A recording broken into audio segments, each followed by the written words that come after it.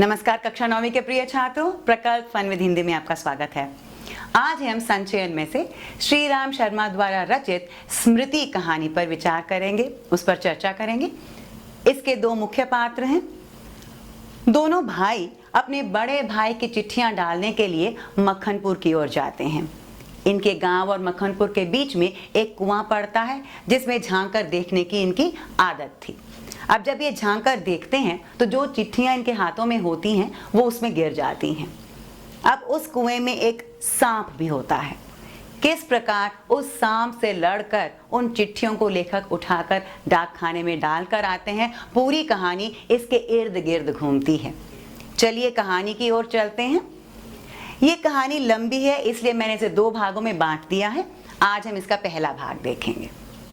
मेरे चैनल को जरूर सब्सक्राइब कीजिए और बेल आइकॉन भी जरूर दबाइए ताकि जब भी मैं कोई नया वीडियो पोस्ट करूं आपको उसकी खबर मिलती रहे।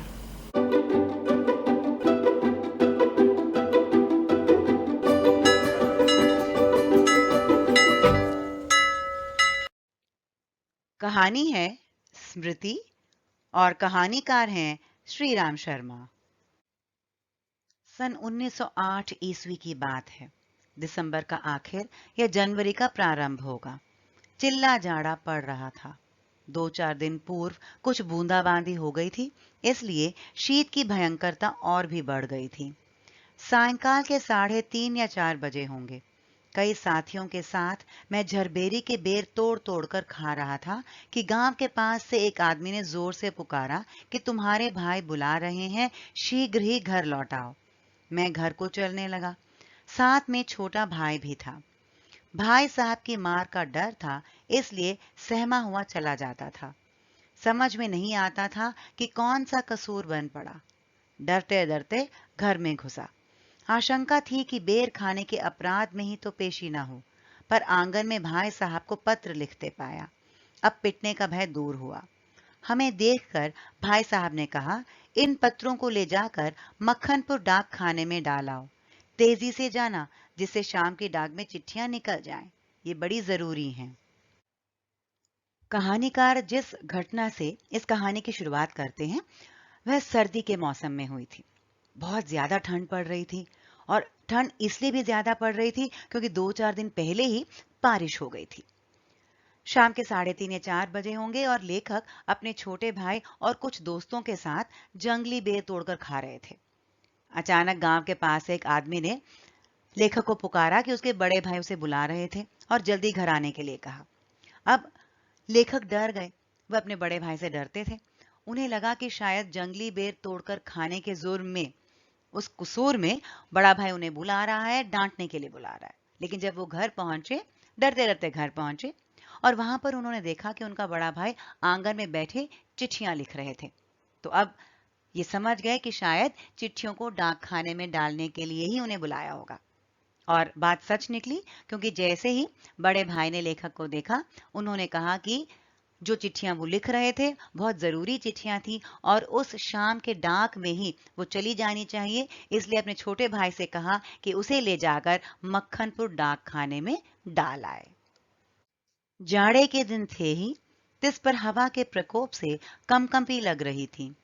हवा मज्जा तक ठिठुरा रही थी, इसलिए हमने कानों को धोती से बांधा।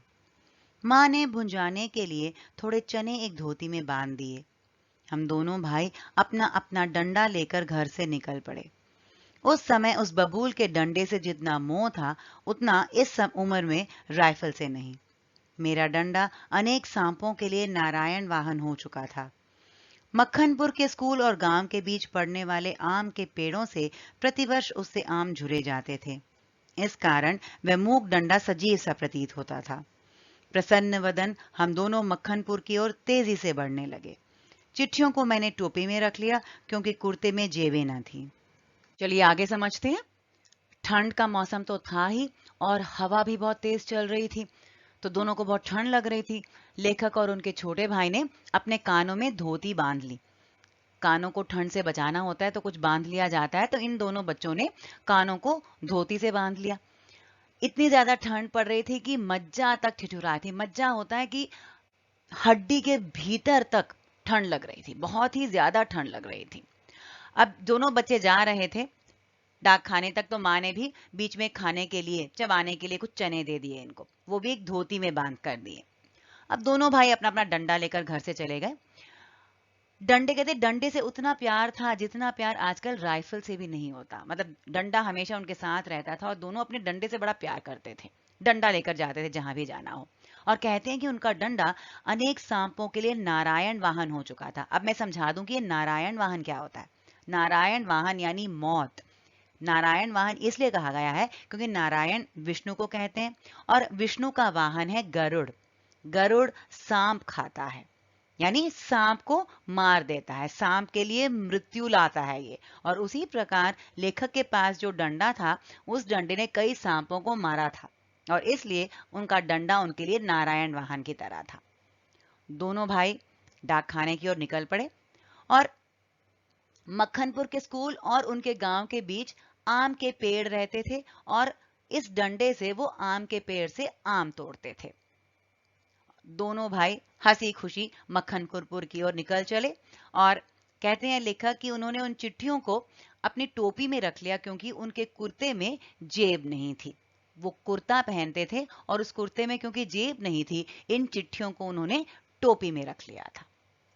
हम दोनों उछलते कूदते एक ही सांस में गांव से 4 फरलॉन्ग दूर उस कुएं के पास आ गए जिसमें एक अति भयंकर काला सांप पड़ा हुआ था।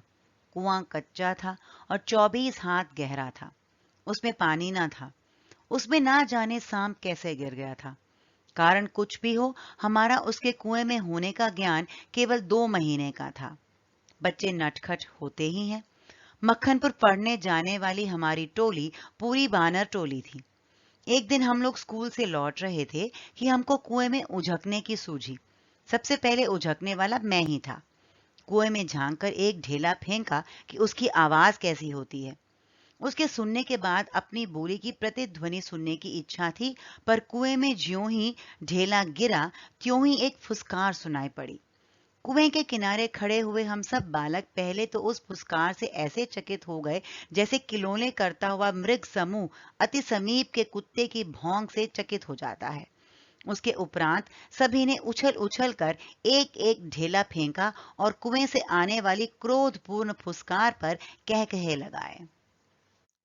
लेखक और उनके छोटे भाई हंसी खुशी मक्खनपुर की ओर निकले और बहुत जल्दी ही गांव से 4 फरलॉन्ग दूर पहुंच चुके थे और एक कुएं के पास आ गए जिसके अंदर एक भयानक सांप पड़ा हुआ था। वो कुआं कच्चा था, उसमें पानी भी नहीं था और किसी को नहीं मालूम कि उसके अंदर सांप कैसे गिर गया। कारण जो भी हो, इस बात का ज्ञान कि उसमें सांप है, उन बच्चों को सिर्फ 2 महीने पहले पता चली। सारे बच्चे मक्खनपुर स्कूल जाया करते थे और उनकी पूरी टोली वानर टोली थी, यानी सारे बच्चे शरारती थे। तो एक दिन स्कूल से लौटते समय उन्होंने तय किया कि वो कुएं में झांक कर देखेंगे और सबसे पहले कुएं के अंदर झांकने वाले कौन थे? लेखक थे। अब लेखक ने क्या किया, एक मिट्टी का ढेला उठाया और कुएं के अंदर फेंका। उसकी आवाज सुनना चाहते थे और उसके बाद वो कुएं के अंदर झुक कर कुछ बोलना चाहते थे और उसकी प्रतिध्वनि यानी एको सुनना चाहते थे। लेकिन इसके पहले कि वो कुछ बोल पाए, जैसे ही मिट्टी का ढेला कुएं के अंदर गिरा, वैसे ही एक फुसकार सुनाई दी और सारे बच्चे आश्चर्यचकित हो गए क्योंकि उन्हें पता चल गया कि उसके अंदर एक सांप है। और सब बच्चों ने एक के बाद एक उसमें मिट्टी का ढेला फेंका और जब वो गुस्से से भरी वो फुसकार सुनते तो बड़े खुश हो जाते। गांव से मक्खनपुर जाते और मक्खनपुर से लौटते समय प्राय प्रतिदिन ही कुएं में ढेले डाले जाते थे। मैं तो आगे भागकर आ जाता था और टोपी को एक हाथ से पकड़कर दूसरे हाथ से ढेला फेंकता था। यह रोजाना की आदत सी हो गई थी। सांप से फुसकार करवा लेना मैं उस समय बड़ा काम समझता था। इसलिए जैसे ही हम दोनों उस कुएं की ओर से निकले, कुएं में ढेला फेंककर फुसकार सुनने की प्रवृत्ति जागृत हो गई। मैं कुएं की ओर बढ़ा। छोटा भाई मेरे पीछे ऐसे हो लिया जैसे बड़े मृग शावक के पीछे छोटा मृग शावक हो लेता है। कुएं के किनारे से एक ढेला उठाया और उछलकर एक हाथ से टोपी उतारते हुए सांप पर ढेला गिरा दिया, पर मुझ पर तो बिजली सी गिर पड़ी। सांप ने फुसकार मारी या नहीं, ढेला उसे लगा या नहीं, यह बात अब तक स्मरण नहीं, टोपी के हाथ में लेते ही तीनों चिट्ठियां चक्कर काटते हुए कुएं में गिर रही थीं। अकस्मात जैसे घास चरते हुए हिरन की आत्मा गोली से हत होने पर निकल जाती है और वह तड़पता रह जाता है, उसी भांति वे चिट्ठियां क्या टोपी से निकल गईं, मेरी तो जान निकल गई। उनके गिरते ही मैंने उनको पकड़ने के लिए एक झपट्टा भी मारा, ठीक वैसे जैसे घायल शेर शिकारी को पेड़ पर चढ़ते देख उस पर हमला करता है। पर वे तो पहुंच से बाहर हो चुकी थीं। उनको पकड़ने की घबराहट में मैं स्वयं झटके के कारण कुएं में गिर गया होता। अब आगे की कहानी समझते हैं। अब जब बच्चों को एक बार पता चल गया कि उस कुएं में सांप था, तो ये रोज का नियम बन गया। जब भी मक्खनपुर जाते आते तो उस कुएं में रुककर उसमें ढेला डालते और सांप की फुसकार सुनकर बड़े खुश होते। लेखक सबसे आगे भागकर जाते और टोपी को एक हाथ पे पकड़कर दूसरे हाथ से ढेला फेंकते ताकि टोपी कुएं में गिर ना जाए। ये रोज की आदत सी हो गई थी। सांप से फुसकार करवा लेना ये बहुत बड़ा काम समझते थे। इनको लगता था इन्होंने बहुत बड़ा काम कर लिया कि सांप को ढेले से मारकर उसकी फुसकार निकलवा ली। अब जैसे ही मक्खनपुर दोनों भाई चिट्ठी डालने जा रहे थे, तो रोज की आदत की वजह से वैसे ही हुआ जैसे हमेशा होता है। लेखक ने कुएं में ढेला डालकर फुसकार सुनने की सोची और जैसे ही कुएं की ओर बढ़े, उनका भाई भी उनके पीछे पीछे हो लिया। कुएं के किनारे से लेखक ने एक मिट्टी का ढेला उठाया और टोपी को एक हाथ से पकड़कर दूसरे हाथ से उस ढेले को कुएं के अंदर फेंका और जैसे ही उन्होंने ऐसा किया, उनके ऊपर बिजली सी गिर पड़ी, यानी उनके ऊपर बहुत बड़ा तूफान आ गया। मतलब जैसे ही उन्होंने टोपी अपने हाथ से निकाली और नीचे ढेला फेंका, उनकी टोपी के अंदर जो चिट्ठियां थीं वो कुएं के अंदर गिर गईं। लेखक को वास्तव में याद नहीं रहा था कि टोपी के अंदर चिट्ठियां हैं। तो जैसे हमेशा की तरह उनकी आदत थी कि जैसे ही वो कुएं के पास पहुंचते तो उसमें मिट्टी का एक ढेला उठाकर फेंकते। इस बार भी उन्होंने ऐसा ही किया। उन्हें याद नहीं रहा कि उनकी टोपी के अंदर चिट्ठियां थी, लेकिन जैसे ही उन्होंने टोपी उतारी और मिट्टी का ढेला अंदर फेंका, एकदम से उन्होंने देखा कि उनकी चिट्ठियां कुएं के अंदर गिर रही हैं।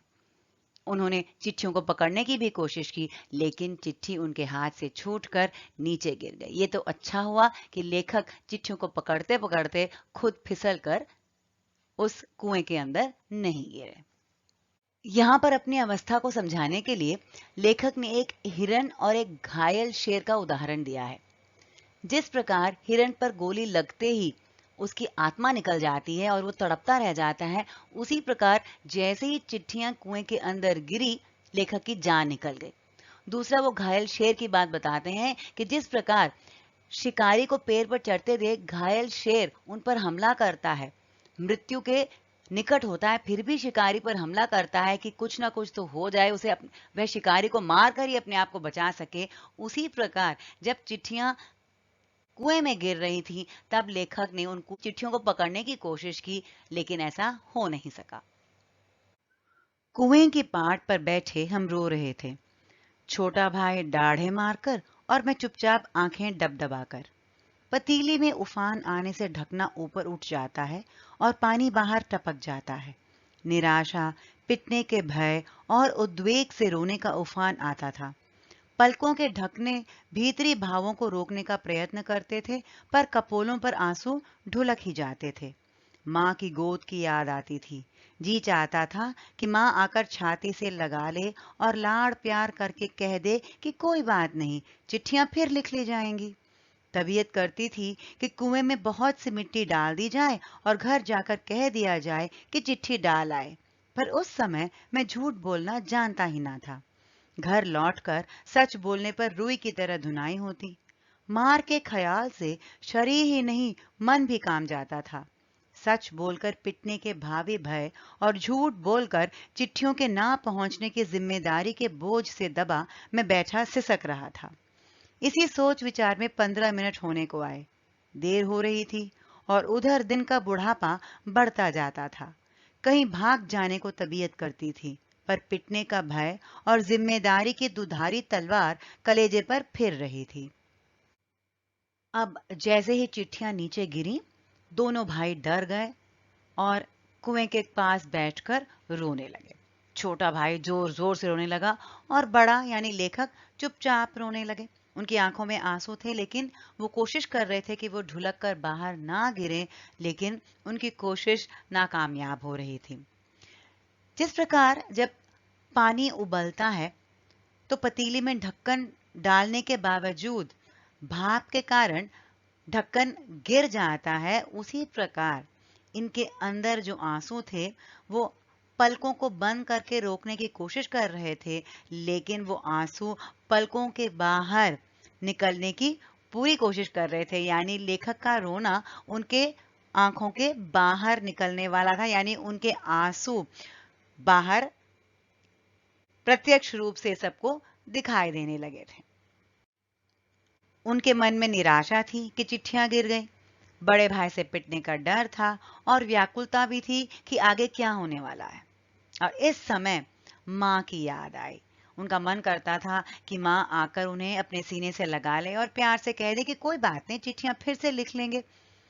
लेखक और उनके भाई के सामने दो विकल्प थे। एक तो था कि उस कुएं में बहुत सी मिट्टी डाल दें और घर जाकर कह दें कि चिट्ठी डाक खाने में डाल आए, लेकिन वो झूठ नहीं बोलना चाहते थे। और दूसरा विकल्प ये था कि घर जाकर सच बता दें कि चिट्ठियां वहां पर गिर गईं, लेकिन इस डर से कि उन्हें मार पड़ेगी वो ऐसा भी नहीं करना चाहते थे। सच बोलकर पिटना नहीं चाहते थे और झूठ बोलकर जिम्मेदारी के बोझ से दबना नहीं चाहते थे। तो दोनों बैठकर वहां पर सोच विचार कर रहे थे कि क्या करना चाहिए। इसमें 15 मिनट बीत गए। बहुत देर हो रही थी क्योंकि वो शाम को ही निकले थे घर से और अब दिन ढलने वाला था, रात होने को आई थी। तो क्या करें इस समय समझ में नहीं आ रहा था दोनों को। तो दोनों वहां पर बैठे बैठे बस रो रहे थे। आगे क्या करना है ये दोनों भाई समझ नहीं पा रहे थे। दृढ़ संकल्प से दुविधा की बेड़ियां कट जाती हैं। मेरी दुविधा भी दूर हो गई। कुएं में घुसकर चिट्ठियों को निकालने का निश्चय किया। कितना भयंकर निर्णय था, पर जो मरने को तैयार हो उसे क्या। मूर्खता अथवा बुद्धिमत्ता से किसी काम को करने के लिए कोई मौत का मार्ग ही स्वीकार कर ले, और वह भी जानबूझकर, तो फिर वह अकेला संसार से भिड़ने को तैयार हो जाता है। और फल, उसे फल की क्या चिंता। फल तो किसी दूसरी शक्ति पर निर्भर है। उस समय चिट्ठियां निकालने के लिए मैं विषधर से भिड़ने को तैयार हो गया। पासा फेंक दिया था। मौत का आलिंगन हो अथवा सांप से बचकर दूसरा जन्म, इसकी कोई चिंता न थी। पर विश्वास यह था कि डंडे से सांप को पहले मार दूंगा, तब फिर चिट्ठियां उठा लूंगा। बस इसी दृढ़ विश्वास के बूते पर मैंने कुएं में घुसने की ठानी। अब आगे देखते हैं कि लेखक ने क्या किया। बहुत सोच विचार किया और उसके बाद ये दृढ़ संकल्प लिया कि वो कुएं में घुसेंगे और चिट्ठियों को निकालेंगे। बहुत भयंकर निर्णय था, लेकिन उन्होंने ऐसा निश्चय किया कि वो चिट्ठियां निकाल कर रहेंगे, कुएं में जरूर जाएंगे। लेखक मरने के लिए भी तैयार हो गए थे, लेकिन बिना चिट्ठियों के वे घर जाने के लिए तैयार नहीं थे। चाहे हम इस बात को लेखक की मूर्खता कहें या बुद्धिमत्ता कहें, लेकिन लेखक ने ये मार्ग ही स्वीकार किया, यानी यही रास्ता अपनाया। उन्होंने सोच लिया था कि चाहे कुछ भी हो जाए वो कुएं में उतरेंगे और चिट्ठियां निकालेंगे। अब यहाँ कहा गया है कि उसे फल की क्या चिंता, फल तो किसी दूसरी शक्ति पर निर्भर है। अब ये दूसरी शक्ति क्या है? दूसरी शक्ति यानी ईश्वरीय शक्ति। लेखक ने पूरा भार ईश्वर पर डाल दिया। वो कुएं में उतरकर चिट्ठियां निकालने के लिए तैयार हो गए थे। उस सांप से लड़ने के लिए भी तैयार हो गए थे। उन्होंने पासा फेंक दिया था, यानी ये तो तय कर लिया था कि वो कुएं में उतरेंगे। और फिर कुएं में उतरने के बाद दो चीजें हो सकती थी। या तो वो चिट्ठी निकालकर बाहर आ सकते थे, या सांप के कारण वे मृत्यु को भी प्राप्त हो सकते थे। लेकिन उन्होंने तय किया कि वो पहले नीचे उतरकर सांप को मारेंगे और फिर चिट्ठियां उठा लेंगे। यानी उन्हें अपने ऊपर विश्वास था, अपने डंडे के ऊपर विश्वास था कि वो सांप को मारकर चिट्ठियां उठा पाएंगे। इसलिए दृढ़ता से उन्होंने कुएं में उतरने की ठान ली। छोटा भाई रोता था और उसके रोने का तात्पर्य था कि मेरी मौत मुझे नीचे बुला रही है। यद्यपि मैं शब्दों से ना कहता था, वास्तव में मौत सजीव और नग्न रूप में कुएं में बैठी थी, पर उस नग्न मौत से मुठभेड़ के लिए मुझे भी नग्न होना पड़ा। छोटा भाई भी नंगा हुआ। एक धोती मेरी, एक छोटे भाई की, एक चने वाली, 2 कानों से बंधी हुई धोतियां, 5 धोतियों और कुछ रस्सी मिलाकर कुएं की गहराई के लिए काफी हुई। हम लोगों ने धोतियां एक दूसरी से बांधी और खूब खींच खींच कर आजमा लिया कि गांठें कड़ी हैं या नहीं। अपनी ओर से कोई धोखे का काम न रखा। धोती के एक सिरे पर डंडा बांधा और उसे कुएं में डाल दिया। दूसरे सिरे को डेंग, वह लकड़ी जिस पर चरसपुर टिकता है, के चारों ओर एक चक्कर देकर और एक गांठ लगाकर छोटे भाई को दे दिया। छोटा भाई केवल 8 वर्ष का था, इसीलिए धोती को डेंग से कड़ी करके बांध दिया और तब उसे खूब मजबूती से पकड़ने के लिए कहा। मैं कुएं में धोती के सहारे घुसने लगा। छोटा भाई रोने लगा। चलिए अब इस भाग के आखिरी अंश की ओर चलते हैं। जब लेखक ने तय किया कि वो कुएं के अंदर जाएंगे, चिट्ठियां निकालेंगे, तो छोटा भाई बैठकर रोने लगा, क्योंकि उसे डर था कि कहीं नीचे उतरने पर उसके बड़े भाई की मौत ना हो जाए, कहीं सांप उसे डस ना ले। क्योंकि कहा गया है कि नग्न रूप में उनकी मौत कुएं में बैठी थी, यानी ये वास्तविकता थी कि वहां पर सांप था और हो सकता था कि सांप के सामने जब लेखक जाए तो सांप उन्हें डस जाए और उनकी मृत्यु हो जाए। लेकिन लेखक ने तय कर लिया था, इसलिए वो आगे बढ़े। अब नीचे उतरने के लिए उन्हें रस्सी की जरूरत थी। किसके सहारे नीचे उतरेंगे? रस्सी की जरूरत थी, क्योंकि कुआं 24 हाथ गहरा था, तो नीचे उतरना था। चिट्ठियां नीचे पड़ी हुई थी। तो इन्होंने क्या किया कि दोनों ने अपनी धोतियां निकाली। छोटे भाई ने अपनी धोती निकाली, लेखक ने अपनी धोती निकाली। एक धोती थी जिसमें उनकी मां ने उन्हें चने दिए थे और दोनों ने अपने अपने कानों में धोतियां बांधी हुई थी, तो और 2 धोतियां हो गई, यानी कुल 5 धोतियों को गांठ बांधा गया। एक दोनों दोनों सिरे से गांठ बांधी गई और साथ में कुछ रस्सी भी लाकर एक लंबी सी रस्सी की तरह इनको बनाया गया। एक सिरे से डंडा बांधा गया और उसे कुएं में डाल दिया गया और दूसरे सिरे को डेंग के चारों ओर चक्कर देकर छोटे भाई ने अपने हाथ में पकड़ लिया। छोटा भाई वास्तव में ही बहुत छोटा था, केवल 8 साल का था। लेखक कुएं में धोती के सहारे धीरे धीरे धीरे उतरने लगे और जैसे जैसे ये उतरते जाते थे, छोटे भाई का रोना बढ़ता ही जाता था। छोटा भाई अभी भी डरा हुआ था कि बड़े भाई को शायद ऐसा नहीं करना चाहिए, क्योंकि शायद बड़ा भाई नीचे से चिट्ठियां लेकर ऊपर आ ही ना पाए। चलिए छात्रों, अब कुछ संभावित प्रश्न देख लेते हैं। जब गांव के किसी आदमी ने लेखक को पुकारा तो वे क्यों डर गए? उस बबूल के डंडे की क्या खासियत थी जो लेखक के हाथ में था? कुएं में सांप के होने का ज्ञान लेखक और उनके दोस्तों को कब और कैसे हुआ? भाई द्वारा दी गई चिट्ठियां कुएं में कैसे गिरीं?